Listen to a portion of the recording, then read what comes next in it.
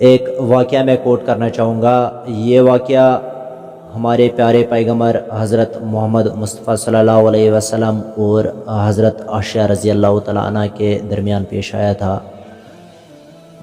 اس واقعہ سے ہمیں یہ ریئلائز ہوگا کہ ہمارے جو پیغمبر محمد صلی اللہ علیہ وسلم ہے وہ کتنا درد مند دل رکھتے تھے اس امت کے لیے، اور ان کو رحمت للعالمین کیوں کہا جاتا ہے۔ اور اس میں کوئی شک ہی نہیں ہے کہ جب ہم اس دنیا سے رخصت ہو جائیں گے تو ہمارے لیے آخرکار جو معافی کا ذریعہ ہوگا وہ ہمارے پیغمبر حضرت محمد مصطفیٰ صلی اللہ علیہ وسلم ہی بنیں گے۔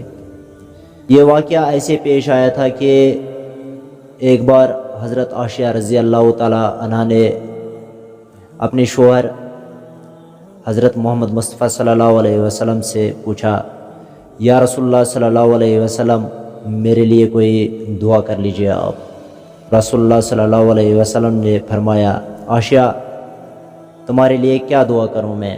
عائشہ رضی اللہ تعالیٰ نے کہا، یا رسول اللہ صلی اللہ علیہ وسلم جو آپ کا دل کرے وہ دعا آپ میرے لیے کر لیجئے۔ رسول اللہ صلی اللہ علیہ وسلم نے یہ دعا فرمایا، یا اللہ عائشہ کے جتنے بھی اگلے پچھلے جانے انجانے میں جتنے بھی گناہ ہوئے ہیں عائشہ رضی اللہ تعالیٰ عنہ کے، سب معاف کر دو۔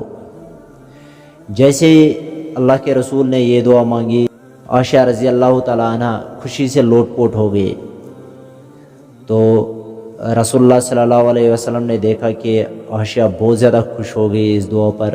رسول اللہ صلی اللہ علیہ وسلم نے فرمایا، عائشہ اتنے خوش کیوں ہو گئی آپ؟ عائشہ رضی اللہ تعالیٰ عنہ نے کہا، یا رسول اللہ صلی اللہ علیہ وسلم آپ تو اس امت کے آخری پیغمبر ہیں، اور آپ کے زبان مبارک سے میرے لیے یہ دعا نکلی، اتنی بڑی دعا نکلی، تو اس سے بڑھ کر میرے لیے کیا ہو سکتا ہے؟ پیارے آقا رسول اللہ صلی اللہ علیہ وسلم نے فرمایا، عائشہ یہ جو دعا میں نے آپ کے لیے مانگی نا، یہ دعا میں ہر روز ہر نماز میں 5 وقت کی نماز میں اپنی امت کے لیے مانگتا ہوں۔ اور امت میں کون کون آتا ہے؟ امت میں ہر ایک آتا ہے، چاہے وہ غیر مسلم ہو یا مسلم ہو، اللہ کا فرما بردار ہو یا پھر نافرمان ہو، یا حضور صلی اللہ علیہ وسلم کا اطاعت کرنے والا ہو یا نا اطاعت کرنے والا ہو، سب کے لیے یہ درد مند دل رکھتے تھے ہمارے آقا محمد مصطفیٰ صلی اللہ علیہ وسلم۔ کتنے رحمت والے تھے وہ، اس لیے ہمارے نبی محمد صلی اللہ علیہ وسلم کو رحمت للعالمین کہا جاتا ہے، کیونکہ ہر بار ہر گھڑی وہ اپنے امت کے فکر میں رہتے تھے وہ۔